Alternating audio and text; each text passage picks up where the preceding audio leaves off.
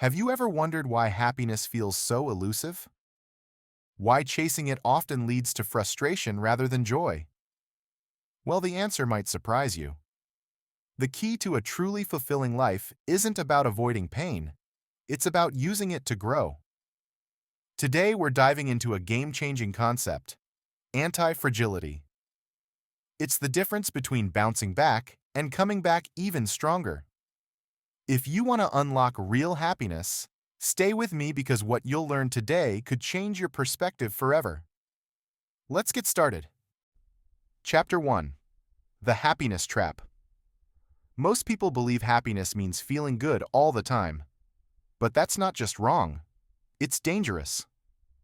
There are only two types of people who never experience emotional pain: psychopaths and the dead. So if you're feeling stress, sadness, or frustration, congratulations, you're alive. But here's the paradox: the more you chase happiness, the more it slips away. Studies show that those who focus too much on wanting to be happy end up less happy. Why? Because when we expect constant joy, we see anything less than that as failure. We live in a world that constantly sells us the idea that happiness is the ultimate goal.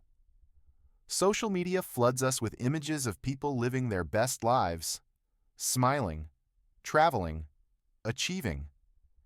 And when our reality doesn't match that highlight reel, we feel like we're falling behind. But that's a trap. Instead of pursuing happiness as a goal, we should see it as a byproduct, a result of how we live, grow, and connect with the world. And that's where antifragility comes in. Chapter 2. What is antifragility? Think of a muscle. When you lift weights, you don't just recover, you get stronger. That's antifragility. Not just surviving stress, but growing because of it. This applies to your mind too. Ever heard of post-traumatic growth? While some people break down after hardship, others come out wiser, more resilient, and even happier. The difference? Learning to use struggle instead of avoiding it. Psychologists have studied individuals who have endured incredible hardship, loss, financial ruin, trauma, and have found that some of them not only recover, but thrive in ways they never thought possible. This is because adversity, when approached correctly, can become a powerful catalyst for personal transformation. Anti-fragility is what allows us to do more than just cope.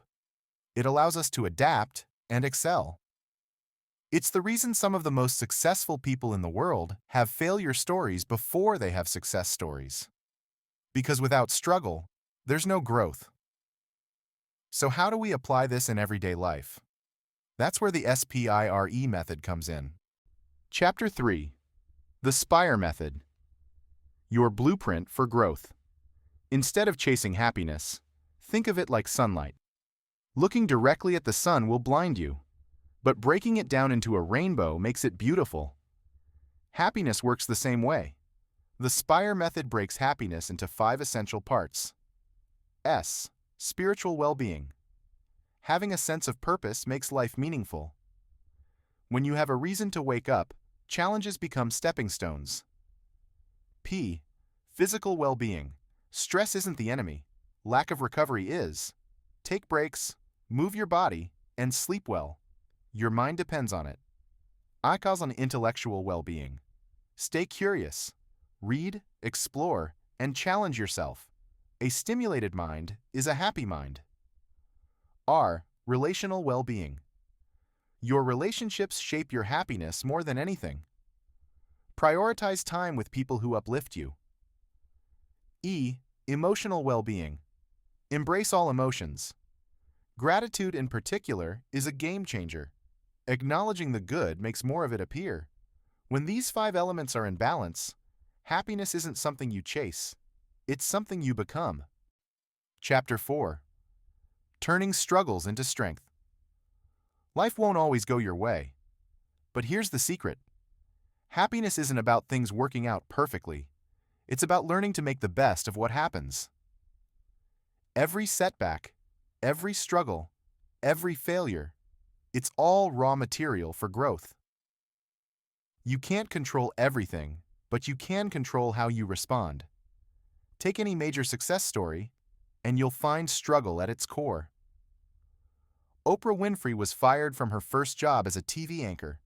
Steve Jobs was ousted from his own company before returning to make it legendary. J.K. Rowling faced rejection after rejection before Harry Potter became a global phenomenon. What made them different? They didn't let failure define them. They used it as fuel to come back stronger.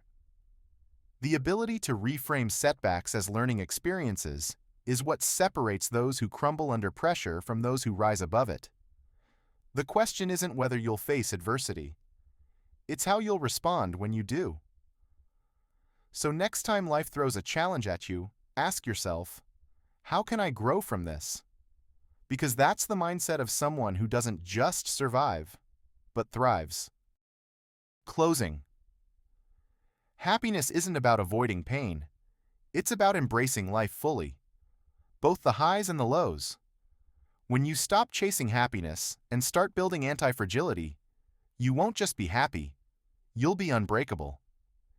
If you found this valuable, make sure to like, subscribe, and share this with someone who needs to hear it. Because happiness isn't something you find, it's something you create. See you next time.